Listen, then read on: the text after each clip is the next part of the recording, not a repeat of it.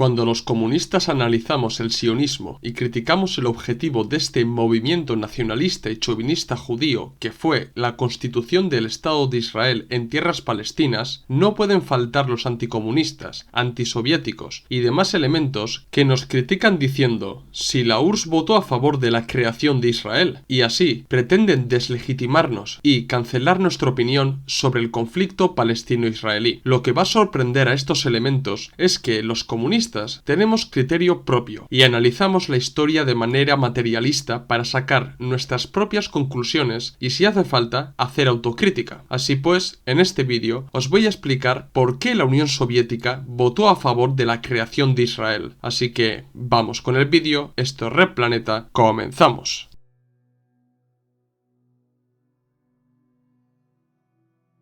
Este tema es una de las cuestiones más espinosas de la historia de la Unión Soviética porque, objetivamente hablando, la URSS tuvo implicación directa en el reconocimiento de Israel que posibilitó la culminación del objetivo sionista, que fue crear el Estado judío en tierras palestinas. De modo que, para entender por qué la URSS reconoció a Israel, primero voy a exponer los hechos históricos objetivamente, después hablaré de algunas cuestiones importantes que influenciaron a la URSS para que reconociera a Israel y terminaré haciendo las pertinentes críticas al respecto porque, como bien sabréis, en este canal no legitimamos el Estado de Israel ni creemos que la solución al conflicto sea la apuesta por la vía de dos estados, sino que defendemos un único Estado palestino laico donde convivan distintas comunidades religiosas y que, con una reforma agraria, anule la base material de los colonos. Así que, vamos allá. Durante la Segunda Guerra Mundial,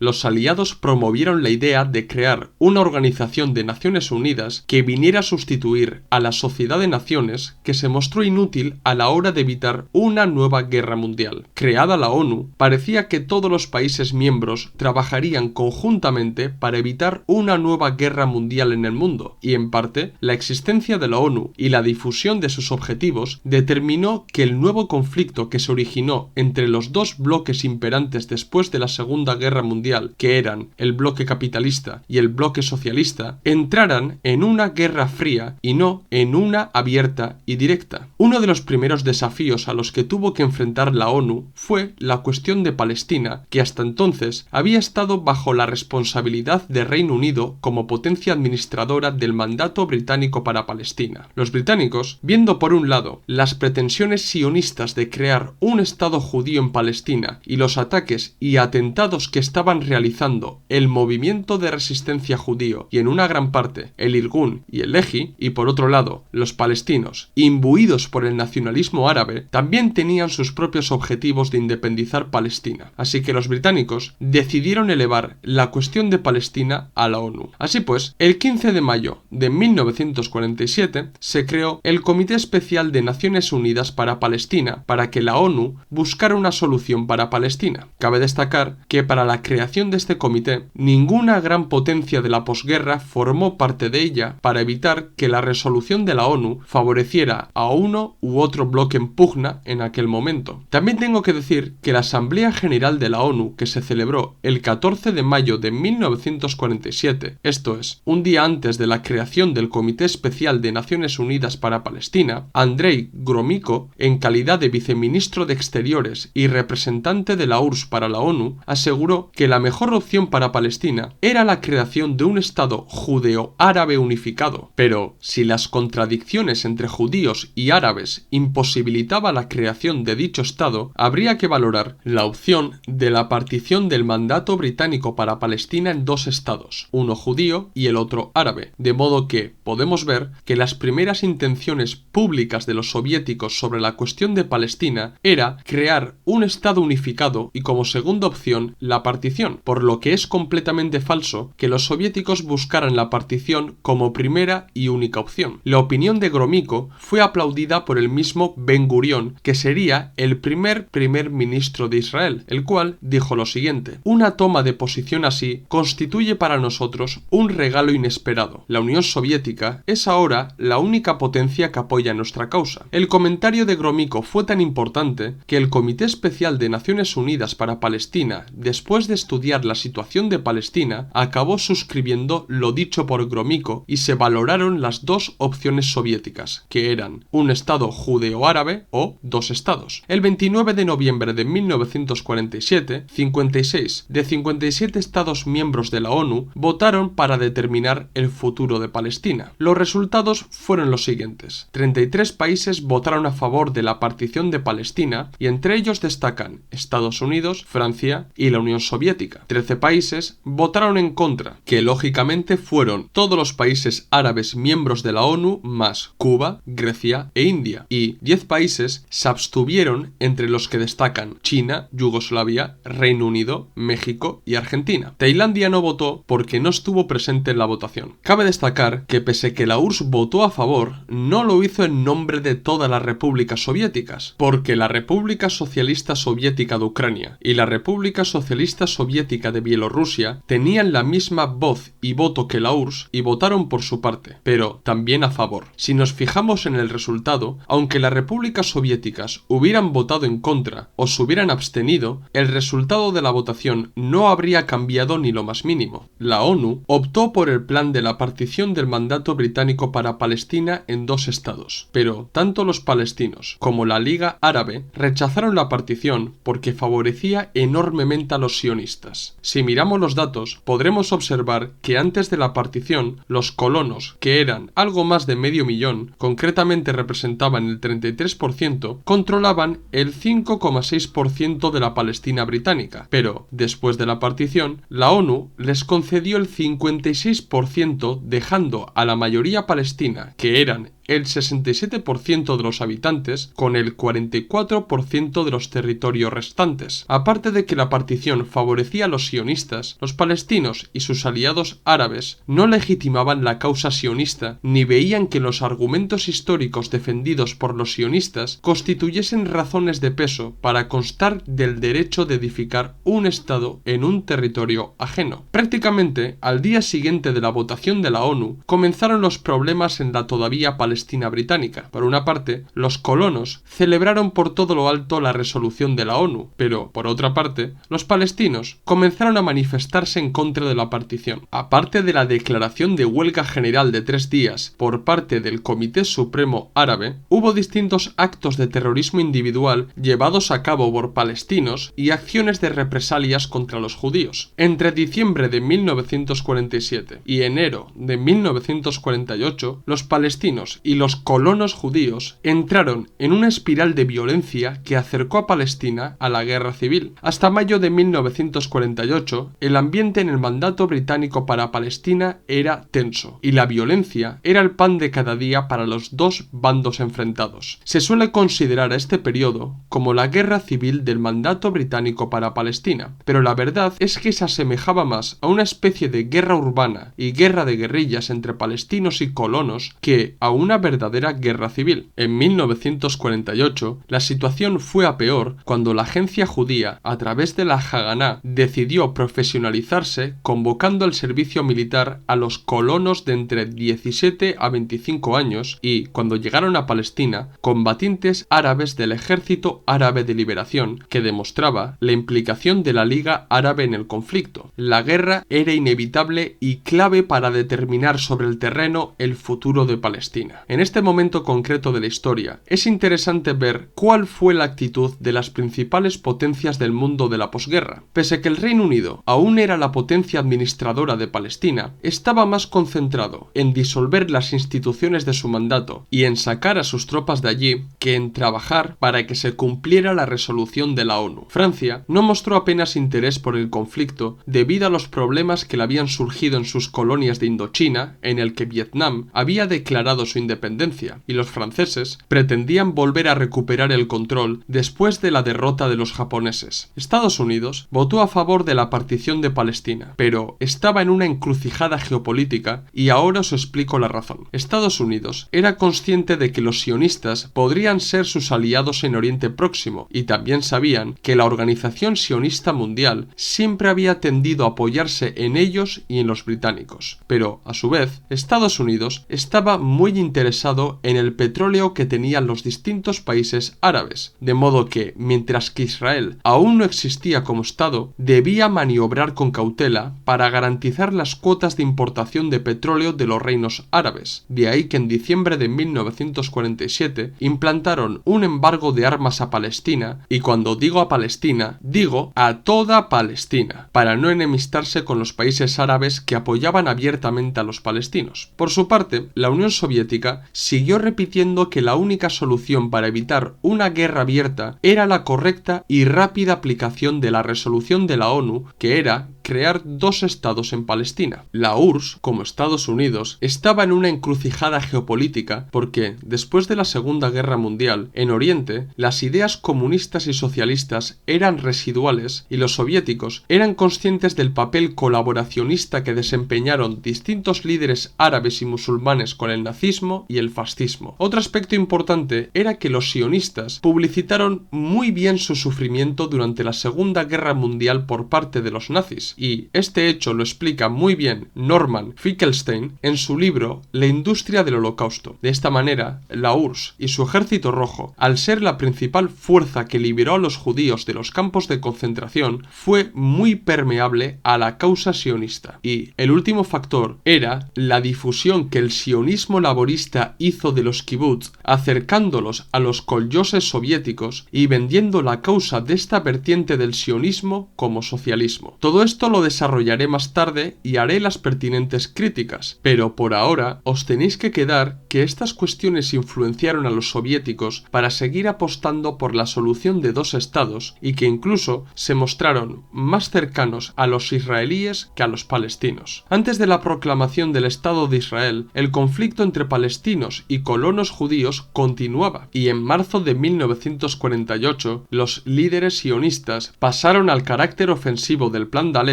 para expandirse más allá de los territorios que les adjudicó la ONU. De esta manera, antes de la creación de su estado, los sionistas se hicieron con importantes ciudades y localidades como Tiberíades, Haifa, Safed, Beisán, Jaffa y Acre, expulsando de allí alrededor de 250.000 palestinos. Pero para que los israelíes obtuvieran contundentes victorias en la contienda, fue necesario el apoyo armamentístico, y os quiero recordar que Estados Unidos impuso un embargo de armas a toda Palestina, por lo que la URSS y Checoslovaquia jugaron un papel esencial en este sentido. Entre finales de 1947 y principios de 1948, la agencia judía entabló contactos con los checoslovacos y soviéticos para comprar armas y combatir así la reacción palestina y árabe. En Checoslovaquia, los comunistas todavía no se habían hecho con el poder, pero la influencia soviética era notable después de la Segunda Guerra Mundial, por lo que la agencia judía presionó para que se materializara la venta de armas. El primer contrato se firmó el 14 de enero de 1948 por parte del ministro de Asuntos Exteriores checoslovaco